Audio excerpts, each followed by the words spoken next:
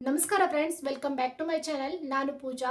So friends, ನಾವು ಯೂಟ್ಯೂಬ್ನಲ್ಲಿ ಹೊಸಬರಾಗಿ ಬಂದಾಗ ನಮಗೆ ಯಾವ ಒಂದು ಸೆಟ್ಟಿಂಗ್ಗಳನ್ನು ಮಾಡ್ಕೊಳ್ಬೇಕು, ಹಾಗೆಯೇ ಯಾವ ಒಂದು ಕಂಟೆಂಟನ್ನು ಚೂಸ್ ಮಾಡಿ ನಾವು ವಿಡಿಯೋಸ್ಗಳನ್ನು ಮಾಡಲಿಕ್ಕೆ ಸ್ಟಾರ್ಟ್ ಮಾಡಬೇಕು ಅನ್ನೋದನ್ನು ನಮಗೆ ಯಾರೂ ಕೂಡ ಇದು ಕೇವಲ ಯೂಟ್ಯೂಬ್ನಲ್ಲಿರುವಂಥ 3 ಸೆಟ್ಟಿಂಗ್ಸ್ಗಳನ್ನು ಮಾಡಿದ್ರೆ ನಮ್ಮ ಯೂಟ್ಯೂಬ್ ಬೇಗನೆ ನಾವು ಗ್ರೋ ಆಗ್ಬೋದು, ಹಾಗೆಯೇ ನಮಗೆ ಸಬ್ಸ್ಕ್ರೈಬರ್ ಕೂಡ ಬೇಗನೆ ಬರ್ತಾರೆ ಅಂತ ಅನ್ಕೋತೀವಿ ಫ್ರೆಂಡ್ಸ್. ಆದರೆ ಅದು ಹಾಗಾಗಿ ಕೆಲವೊಂದು ಸೆಟ್ಟಿಂಗ್ಗಳನ್ನು ಮಾಡ್ಕೋಬೇಕಾಗಿರುವಾಗ ನಮಗೆ ಗೊತ್ತೇ ಆಗೋದಿಲ್ಲ ಯಾವ ಸೆಟ್ಟಿಂಗ್ಗಳನ್ನು ನಾವು ಆನ್ ಮಾಡಬೇಕು ಅಂತ ಹೇಳಿ.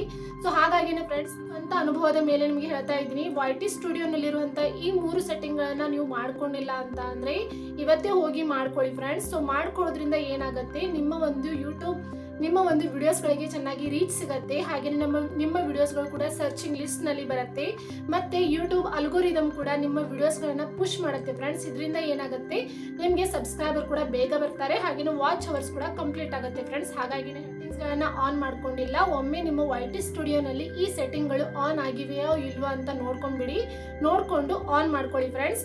ಹಾಗೆಯೇ ನೀವು ಸೆಟ್ಟಿಂಗ್ಗಳನ್ನು ಆನ್ ಮಾಡೋದ್ರಿಂದ ನಿಮ್ಮ ಒಂದು ಸಬ್ಸ್ಕ್ರೈಬರ್ಗಳು ಬೇಗನೆ ಕಂಪ್ಲೀಟ್ ಆಗ್ತಾರೆ ಅಂತ ನಾನು ಹೇಳೋದಿಲ್ಲ, ಆದರೆ ನಿಮ್ಮ ಸಬ್ಸ್ಕ್ರೈಬರ್ಗಳು ದಿನ ಬಂದಂತೆ ಜಾಸ್ತಿ ಆಗ್ತಾನೆ ಹೋಗುತ್ತಾರೆ ಫ್ರೆಂಡ್ಸ್. ಹಾಗಾಗಿನೇ ಹೇಳ್ತಾ ಇದ್ದೀನಿ, YT ಸ್ಟುಡಿಯೋನಲ್ಲಿರುವಂಥ ಈ 3 ಸೆಟ್ಟಿಂಗ್ಗಳು ತುಂಬಾನೇ ಇಂಪಾರ್ಟೆಂಟ್ ಆಗಿವೆ. ಇದು ಕೆಲವೊಬ್ಬರಿಗೆ ಗೊತ್ತಿಲ್ಲ, ಹಾಗಾಗಿನೇ ಇವತ್ತು ಈ ವಿಡಿಯೋನ ನಾನು ತೆಗೆದುಕೊಂಡು ಬಂದಿದ್ದೀನಿ. ಸೊ ಈ ವಿಡಿಯೋ ನಿಮಗೆ ತುಂಬಾನೇ ಇಷ್ಟ ಆಗುತ್ತೆ ಕೂಡ ಅನ್ಕೊಂಡಿದ್ದೀನಿ. ಹಾಗಾಗಿ ನಾನು ಇವಾಗ ನನ್ನ ಸ್ಕ್ರೀನ್ ರೆಕಾರ್ಡರ್ ಮೂಲಕ ಯಾವ 3 ಸೆಟ್ಟಿಂಗ್ಗಳನ್ನು ನೀವು ಮಾಡೋದ್ರಿಂದ ನಿಮಗೂ ಕೂಡ ಚೆನ್ನಾಗಿ ಸಬ್ಸ್ಕ್ರೈಬರ್ಗಳು ಗೇನ್ ಆಗ್ತಾರೆ, ಹಾಗೆಯೇ ನೀವು ಕೂಡ ಯೂಟ್ಯೂಬ್ನಲ್ಲಿ ಗ್ರೋತ್ ಅನ್ನ ಕಾಣ್ಬೋದು ಅಂತ ಹೇಳ್ತಾ ಇದ್ದೀನಿ ಫ್ರೆಂಡ್ಸ್. ಹಾಗಾಗಿ ವಿಡಿಯೋನ ಸ್ಕಿಪ್ ಮಾಡಿದ ಕೊನೆವರೆಗೂ ನಾನು ಇವಾಗ ನನ್ನ ಸ್ಕ್ರೀನ್ ರೆಕಾರ್ಡರ್ನ ಆನ್ ಮಾಡಿ ತೋರಿಸ್ತಾ ಇದ್ದೀನಿ. ಸೊ ಪ್ಲೀಸ್ ರೆಕಾರ್ಡರ್ನ ಆನ್ ಮಾಡಿ ನಿಮಗೆ ತೋರಿಸ್ತಾ ಇದ್ದೀನಿ. ಸೊ ಕರೆಕ್ಟಾಗಿ ನೋಡಿ ಫ್ರೆಂಡ್ಸ್, ನೋಡಿಕೊಂಡು ನಿಮ್ಮ ಒಂದು YT ಸ್ಟುಡಿಯೋನಲ್ಲಿ ಈ ಸೆಟ್ಟಿಂಗ್ಗಳು ಆನ್ ಆಗಿಲ್ಲ ಅಂತ ಅಂದರೆ ಪ್ಲೀಸ್ ಹೋಗಿ ಆನ್ ಮಾಡ್ಕೊಳ್ಳಿ. ನೋಡಿ, ಇವಾಗ ನನ್ನ ಈ ಒಂದು YT ಸ್ಟುಡಿಯೋನ ಇವಾಗ ನೀವು ಮೊದಲು ಹೋಗಬೇಕಾಗಿರೋದು, ಇಲ್ಲಿ ನಿಮಗೆ ನಿಮ್ಮ ಒಂದು ಐಕಾನ್ ಕಾಣ್ತಾ ಇರ್ಬೋದು ಅಂತ ಅಂದರೆ ನಿಮ್ಮ ಪ್ರೊಫೈಲ್ ಐಕಾನ್ ಕಾಣ್ತಾ ಇರ್ಬೋದು, ಅದ್ರ ಮೇಲೆ ಕ್ಲಿಕ್ ಮಾಡಿ ಅದಾದ ನಂತರ ಇಲ್ಲಿ ಎಡಿಟ್ ಅಂತ ಇಲ್ಲಿ ಪೆನ್ಸಿಲ್ನಲ್ಲಿ ಕಾಣುತ್ತೆ ನಿಮಗೆ. ಸೊ ಕಾಣ್ತಾ ಇರ್ಬೋದು, ಇಲ್ಲಿ ಪೆನ್ಸಿಲ್ ಇದ್ರ ಮೇಲೆ ಕ್ಲಿಕ್ ಮಾಡಿದ್ಮೇಲೆ ಇಲ್ಲಿ ನೋಡಿ ನಿಮ್ಮ ಹೆಸರು, ಹಾಗೆಯೇ ನಿಮ್ಮ ಡಿಸ್ಕ್ರಿಪ್ಷನ್ ಆಗಲಿ, ಮತ್ತು ನೀವು ಯಾವುದಾದ್ರೂ ಲಿಂಕ್ಗಳನ್ನು ಇಲ್ಲಿ ಆ್ಯಡ್ ಮಾಡಿದರೆ ಅದ್ರ ಬಗ್ಗೆ ಇನ್ಫಾರ್ಮೇಷನ್ ಬರುತ್ತೆ. ಅದಾದ ನಂತರ ಇಲ್ಲಿ ಹೋಮ್ ಟ್ಯಾಬ್ ಅಂತ ಇರುತ್ತೆ, ಸೊ ಅದ್ರ ಮೇಲೆ ಕ್ಲಿಕ್ ಮಾಡಬೇಕಾಗತ್ತೆ. ಇದು ಕೂಡ ಮೇನ್ ಆಗಿರೋ ಸೆಟ್ಟಿಂಗ್ ಆಗಿದೆ ನಿಮ್ಮದು. ನೋಡಿ, ಇಲ್ಲಿ ಹೋಮ್ ಟ್ಯಾಬ್ ಮೇಲೆ ಕ್ಲಿಕ್ ಮಾಡಿದ್ಮೇಲೆ ಇಲ್ಲಿ ಹೋಮ್ ಟ್ಯಾಬ್ ಓದ್ಕೊಳ್ಳಿ, show your channel home tab to highlights and showcase content for your audience ಅಂತ ಅಂದರೆ ನೀವು ಯಾವ ಥರದ ವಿಡಿಯೋಸ್ಗಳನ್ನ ಮಾಡ್ತೀರಾ, ಹೈಲೈಟ್ಸ್ಗಳಾಗಿರ್ಬೋದು ಮತ್ತು ವಿಡಿಯೋಸ್ಗಳು ಕಂಟೆಂಟ್ಗಳಾಗಿರ್ಬೋದು ನಿಮ್ಮ ಆಡಿಯನ್ಸ್ಗಳಿಗೆ ರೀಚ್ ಆಗಬೇಕು ಅಂತ ಅಂದರೆ ಹೋಮ್ ಟ್ಯಾಬನ್ನು ಆನ್ ಮಾಡಿರಬೇಕು. ಅದು ಯೂಟ್ಯೂಬ್ನಲ್ಲಿ ನೀವು ಓಪನ್ ಮಾಡಿದಾಗ ನಿಮ್ಮ ಚಾನೆಲ್ನ ಸ್ಟಾರ್ಟಿಂಗ್ನಲ್ಲಿ ಹೋಮ್ ಟ್ಯಾಬ್ ಅಂತ ಕಾಣುತ್ತೆ, ಇದರಿಂದ ನಿಮ್ಮ ಇಂಪ್ರೆಷನ್ ಕೂಡ ಜಾಸ್ತಿ ಆಗುತ್ತೆ ಫ್ರೆಂಡ್ಸ್. ಸೊ ಇದನ್ನು ಎಲ್ಲರೂ ಕೂಡ ಆನ್ ಮಾಡಿ ಅಂತ ನಾನು ಹೇಳ್ತೀನಿ. ಅದಾದ ನಂತರ ಹೋಮ್ ಲೇಔಟ್ ಅಂತ ಇದೆ. For YouTube recommend your content based on viewers interest more setting ಅಂತ ಹೇಳ್ತಾ ಇದ್ದಾರೆ. ಓಕೆನಾ, ಅಂತ ಅಂದರೆ ನೀವು ಫಾರ್ ಯು ಇದನ್ನು ಕೂಡ ಆನ್ ಮಾಡ್ಕೊಳ್ಳಿ ಫ್ರೆಂಡ್ಸ್. ಇದು ಕೂಡ ತುಂಬಾ ಇಂಪಾರ್ಟೆಂಟ್ ಆಗಿದೆ. ಯಾಕಂತ ಅಂದರೆ ನೀವು ಯಾವ ವಿಡಿಯೋಸ್ಗಳನ್ನು ಮಾಡ್ತೀರಾ, ಸೊ ಯಾವ ಒಂದು ಕಂಟೆಂಟ್ ಬೇಸ್ ಮೇಲೆ ವಿಡಿಯೋಸ್ಗಳನ್ನ ಮಾಡ್ತಾ ಇದ್ದೀರಾ, ಸೊ ಇದನ್ನು ಯೂಟ್ಯೂಬ್ ರೆಕಮೆಂಡ್ ಮಾಡುತ್ತೆ ಆ ವ್ಯೂವರ್ಸ್ಗೆ. ಒಂದು ವೇಳೆ ನೀವು ಕುಕ್ಕಿಂಗ್ ಮಾಡ್ತಾ ಇದ್ರಿ, ಕುಕ್ಕಿಂಗ್ ಯಾರು ಮಾಡ್ತಾ ಇದ್ದಾರೆ ಅವ್ರಿಗೆ ರೆಕಮೆಂಡ್ ಮಾಡುತ್ತೆ. ಒಂದು ವೇಳೆ ನೀವು ಯೂಟ್ಯೂಬ್ ಬಗ್ಗೆ ಆಗಲಿ ಅಥವಾ ಎಜುಕೇಷನ್ ಚಾನಲ್ಗಳನ್ನು ಮಾಡ್ತಾ ಇದ್ದರೆ ಅದ್ರ ಬಗ್ಗೆ ನಿಮ್ಮ ಯಾವ ವ್ಯೂವರ್ಸ್ ಇರ್ತಾರೆ, ಸೊ ಅವ್ರಿಗೆ ಇದು ರೀಚ್ ಆಗುತ್ತೆ, ರೆಕಮೆಂಡ್ ಮಾಡುತ್ತೆ. ಸೊ ಯೂಟ್ಯೂಬ್ ಅಲ್ಗೋರಿದಮ್ ಏನು ಮಾಡುತ್ತೆ, ನಿಮ್ಮ ವಿಡಿಯೋಸ್ಗಳನ್ನ ರೆಕಮೆಂಡ್ ಮಾಡುತ್ತೆ. ಅದಕ್ಕೋಸ್ಕರನೇ ಹೋಮ್ ಟ್ಯಾಬ್ನಲ್ಲಿರುವಂಥ ಈ 2 ಸೆಟ್ಟಿಂಗ್ಗಳು ತುಂಬಾ ಇಂಪಾರ್ಟೆಂಟ್ ಆಗಿವೆ ಫ್ರೆಂಡ್ಸ್. ಸೊ ನಾನು ಆಲ್ರೆಡಿ ಆನ್ ಮಾಡಿದ್ದೀನಿ, ನನಗೂ ಕೂಡ ಗೊತ್ತಿರಲಿಲ್ಲ, ಬಟ್ ನಾನು ಆನ್ ಮಾಡಿದ್ದೀನಿ.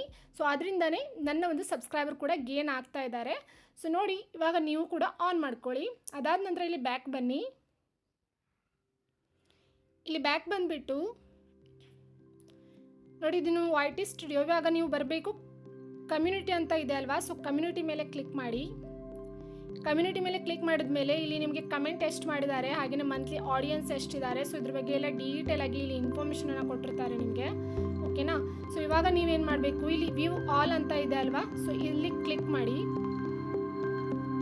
ಇಲ್ಲಿ ಕ್ಲಿಕ್ ಮಾಡಿದ್ಮೇಲೆ ಇಲ್ಲಿ ನಿಮಗೆ ಕೆಲವೊಂದು ಹೆಡ್ಲೈನ್ಗಳು ಕಾಣ್ತಾ ಇವೆ, ಅಂತ ಅಂದರೆ ಪಬ್ಲಿಷ್ಡ್ ಅಂತ ಕಾಣ್ತಾ ಇರ್ಬೋದು, ಅಥವಾ ಇಲ್ಲಿ ಸಾರ್ಟ್ ಬೈ ಅಂತ ಇದೆ, ರೆಸ್ಪಾಂಡೆಂಟ್ ಅಂತ ಇದೆ, ಕೀವರ್ಡ್ಸ್ ಅಂತ ಇದೆ, ಕಂಟೆಂಟ್ಸ್ ಕ್ವಶನ್ಸ್ ಅಂತ ಇದೆ.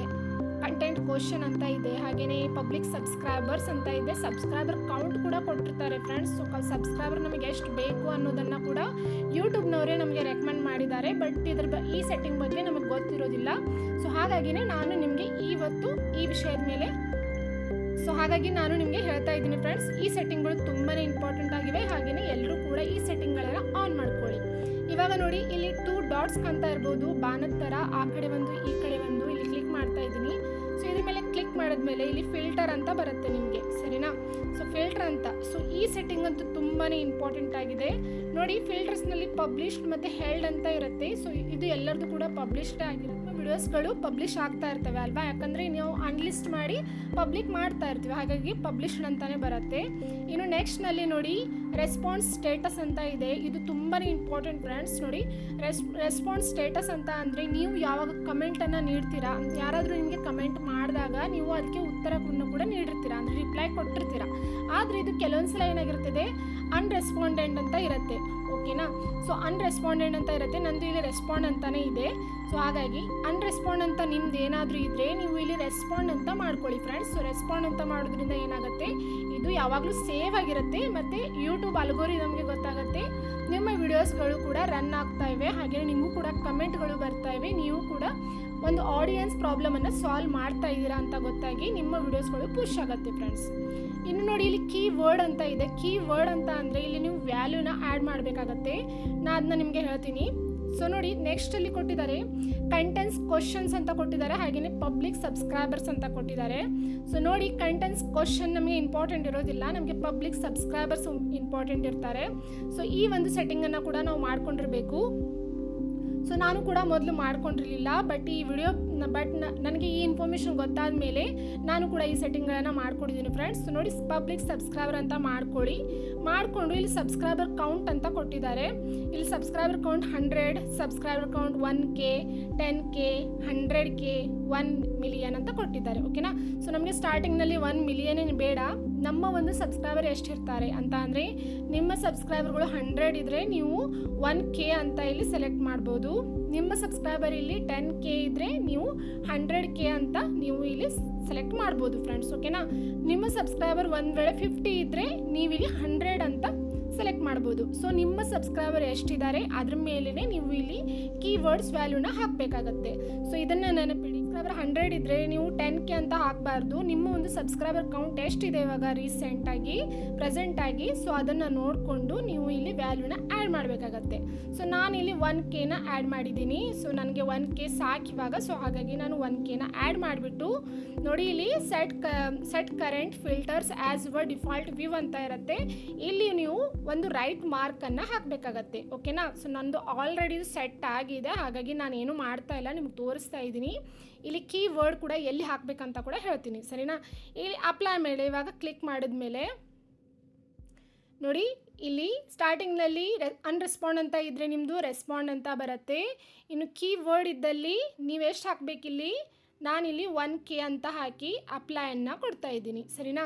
ಸೊ ನಿಮಗೆ ಎಷ್ಟು ಬೇಕು ನೀವು ಅಷ್ಟನ್ನು ಕೊಡಬೇಕಾಗತ್ತೆ. ಸೊ ನಾನಿಲ್ಲಿ 1K ಅಂತ ಕೊಟ್ಟಿದ್ದೀನಿ ಫ್ರೆಂಡ್ಸ್. ಸೊ ಗೊತ್ತಾಯ್ತಲ್ವ ನಿಮಗೆ? ಮೇನಾಗಿ ನೀವು ಹೋಮ್ ಟ್ಯಾಬ್ನಲ್ಲಿ ಮಾಡಬೇಕು. ಅದಾದ ನಂತರ ಇಲ್ಲಿ ಫಿಲ್ಟರ್ಸ್ನಲ್ಲಿ ಯಾವ ಸೆಟ್ಟಿಂಗ್ಗಳು ಬರುತ್ತೆ ಆ ಸೆಟ್ಟಿಂಗ್ಗಳನ್ನು ನೀವು ಮಾಡಿಕೊಳ್ಳಿ. ಯಾರು ಕೂಡ ಹೇಳಿರೋದಿಲ್ಲ ಈ ಸೆಟ್ಟಿಂಗ್ಗಳನ್ನು ಆನ್ ಮಾಡೋದ್ರಿಂದ ಕೂಡ ನಮ್ಮ ಯೂಟ್ಯೂಬ್ನಲ್ಲಿ ನಾವು ಗ್ರೋತನ್ನು ಕಾಣ್ಬೋದು ಅಂತ ಹೇಳಿ ಫ್ರೆಂಡ್ಸ್. ಹೌದು, ಸೊ ಈ ಸೆಟ್ಟಿಂಗ್ಗಳ ಬಗ್ಗೆ ತುಂಬ ಒಂದು ಯೂಟ್ಯೂಬ್ ಚಾನಲ್ಗಳಲ್ಲಿ ಹೇಳಿದ್ದಾರೆ, ಆದರೆ ನಮಗೆ ಇದು ಗೊತ್ತಿಲ್ಲ.